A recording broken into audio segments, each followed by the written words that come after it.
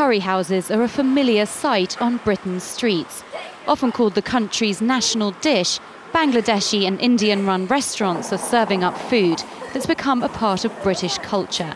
It's an estimated $7 billion business. London's Brick Lane, also known as Bangla Town, the heart of the capital's Bangladeshi community and cuisine.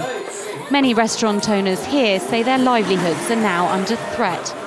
That's because of a new points-based immigration system that means catering staff from outside the EU will now have to meet strict criteria to work in their kitchens. The more skills you have, the more points you gain, increasing your likelihood of being allowed to work in the UK. Based on a similar scheme in Australia, among other requirements, migrants will need to have certain formal qualifications, speak good English, and prove that no one else can do the job.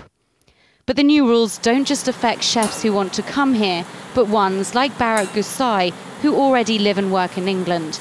He has years of experience, but he doesn't speak much English.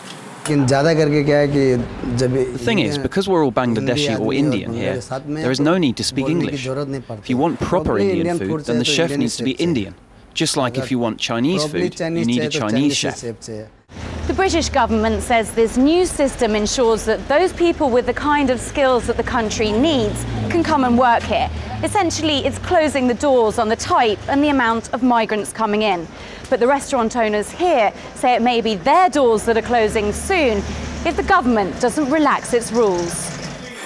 Curry houses in Britain serve around 2.5 million customers every week. But there are already crippling staff shortages, around 27,000 vacancies across the country. The government wants EU workers to fill those jobs, but those in the industry say that won't solve the problem. They don't last even 2 days in our restaurant. They come, they goes, because they don't fit in. It's a language barrier there. It's a cultural barrier. And running a proper Bangladeshi or Indian restaurant, you need people from Bangladesh or India or Pakistan, South Asian background. And they don't mind working late night. You know, they don't mind all this working.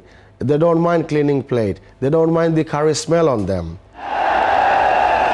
Currynomics, as it's now being called, is turning political.